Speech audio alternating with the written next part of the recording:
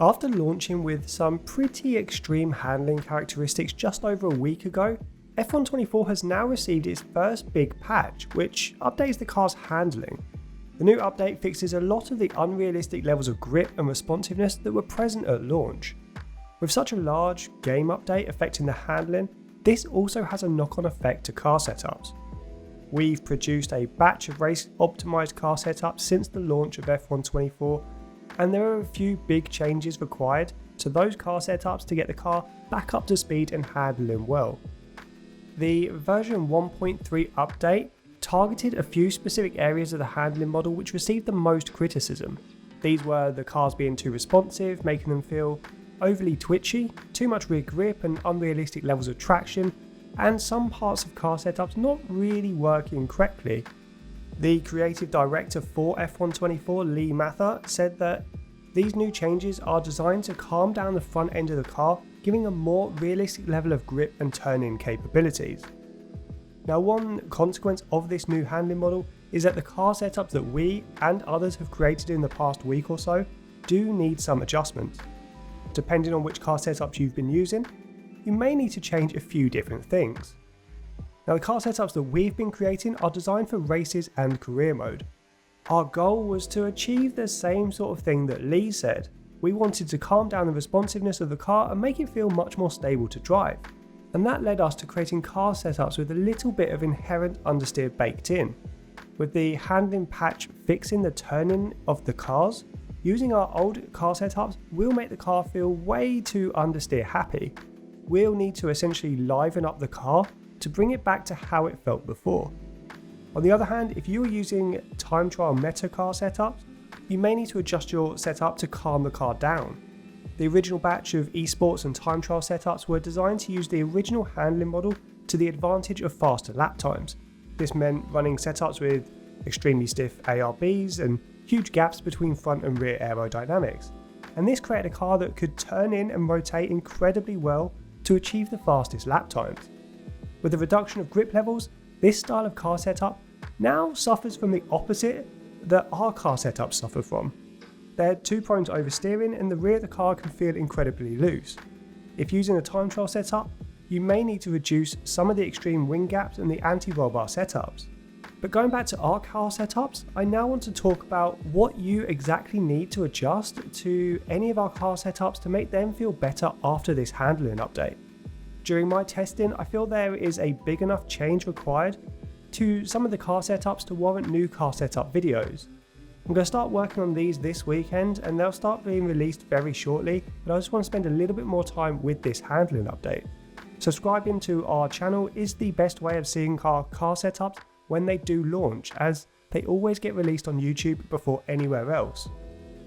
Now, I'm going to be using my original Bahrain car setup as a base for just showing you what to change quickly here. You can apply this thinking to pretty much any of the car setups we have already created, and doing either all of these things or just some of these things to the car setup will help bring the car back to how it kind of handled before. Starting with the aero, our original car setups were often created to reduce the incredibly pointy front end. This meant small gaps between front and rear wings to keep the car pretty balanced. After the update, the cars now feel much more prone to understeer than ever before, so we need to eliminate this in our setup. I would recommend creating a bigger offset between the front and rear wings, say around a gap of 10 points or so depending on the track. Adjusting this to 36 and 26 at Bahrain, for example, can help improve the turning capability of the car. Now, after the patch, traction is also harder to find. This means it's much more likely for your rear wheels to spin up. We can use the transmission to help combat that a little bit, and I found reducing the on-throttle differential can help to reduce the wheel spin. The other change I'd recommend making is increasing the engine braking ever so slightly. If you were using a time trial setup, you won't need to do this, as they were already designed to run high engine braking setups. However, our setups reduce the engine braking initially to help with stability in the early to mid corner phase, so you can boost that up a little bit. The suspension geometry is an important part of the car setup, and it can really help us tune in some responsiveness or stability. Moving the camber more to the left increases the angle of the tyres, giving them more grip mid-corner. And while traction can be harder to find after the handling patch, It's also easier to lose the car mid-corner now, especially if you're running high anti-roll bar setups. We can combat this slightly by updating our toe. Adding rear toe to our car setup will improve stability, making the rear of the car more compliant overall. Now, I did just mention the anti-roll bars, and these are one of the areas that will need the biggest setup change.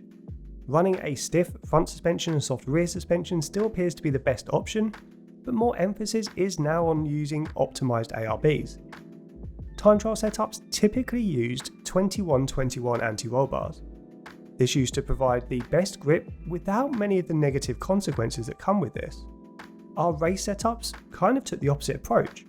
We used to lower the ARBs right down to increase overall stability. After this patch, somewhere in the middle of these two approaches seems to be working well. Setting the anti-roll bars too high will now cause instability mid-corner and can result in your car snapping on you. Setting them too low though will highlight the new understeer characteristics after this handling patch. I'd recommend moving the ARBs to somewhere in the region of 15 and 12 or 12 and 9. This will obviously differ from track to track, but somewhere in this region is a great starting point for most circuits. One really big area of improvement with the new handling is the reduction in brake lockups. It used to be incredibly easy to lock a wheel, resulting in rearward brake bias setups and lower brake pressure. With this tendency gone, you can set your brake pressure slightly higher and also run a slightly more frontward brake bias if you like. It is much harder to lock a wheel now, and if anything, rear stability under braking is a little bit worse, resulting in the need for a slightly more front bias setup. And with those changes in place, you should be able to continue using our car setups in F1.24 with more success. Using our old car setups without making any changes may result in a car that's pretty prone to understeer, and using an old time trial setup can make your car incredibly hard to drive. From my testing of the new F1.24 handling so far, I think new car setup videos probably will be needed at most tracks, so keep an eye out for them dropping shortly. Again, subscribing to our YouTube channel is the best way to be among the first to see our new car setups as they're released. But for now guys, I'm going to hit the track again, continue testing this handling model, and I will see you all on track.